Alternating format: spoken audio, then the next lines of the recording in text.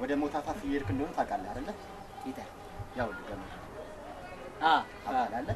ስለዚህ ከመሰቀል በፊት ለህዝቡ የምታስተላልፈው መልእክት አለኝ የምትለው ነገር አለ? አዎ ኧረ አለኝ። ሞልቷል ሞልቷል። እሺ ከ3 ወር በፊት እዚህ የቀበሌው ሊቀመንበር ጠፍቷል ብላችሁ ትፈልጉት አልነበረም?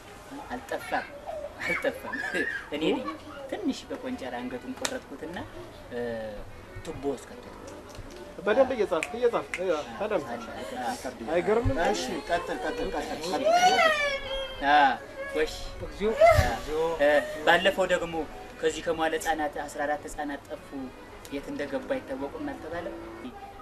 ትንሽ የሆነ የኩላሊት ንግድ ጀመርኩና ኩላሊት ማዘዋወር ህጻናት አልጎዳሁም። አረድኳቸውና አርጃቸው ኩላሊታቸውን ኢንቨስት አደረኩ። በነገራችን ላይ እኔ የማውቀው አንድ ነገር ብቻ ነው። የገዛ ልጅህን ገላሃል ይባላል። እንዴት ነው? አይ እንደሱ አይደለም። እኔ እኮ መጀመሪያ ተዋልኩ፣ መከርኩት። ተው ምግብ አታብዛልኩት። ምግብ ነው በቃ። አሁን ወጥቶ ምግብ ገብቶ ምግብ ነው። ተው ይሄን ነገር አታብዛልኩና ልመክረው ብዬ ትንሽ የሆነ ረዘም ያለ ገጀራ ያለ ቤት ውስጥ በሱ አናቱን ስለው ለሁለት ፈጣሪ ያለ በቃ ያው ከአብራት ወጣ ነው። አልጨክንም ብዬ እንዲህ ላጣጥቆ ነሰረው። እንግዲህ ልጁን ገደለ እንዳይሉኝ ብዬ ሽንት ቤት ጨመርኩ። ሰዓት አልቋል።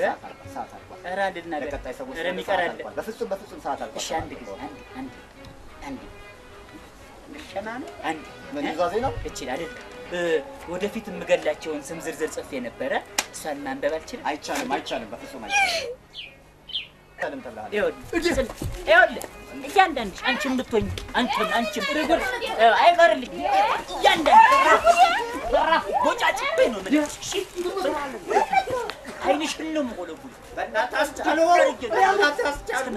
ይኸውልህ ስፓይናል በዚህ ጀምረውታል። እሺ አንቺ እርጉዝ አፖሽን ነው የማደርግሽ። እሺ አረጊት ለኔ እኮ መሰቀል ብርቅ አይደለም። አይቀርልሽም እያንዳንድሽ ገና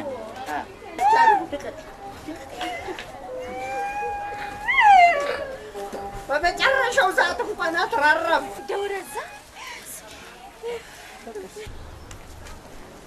የጋማ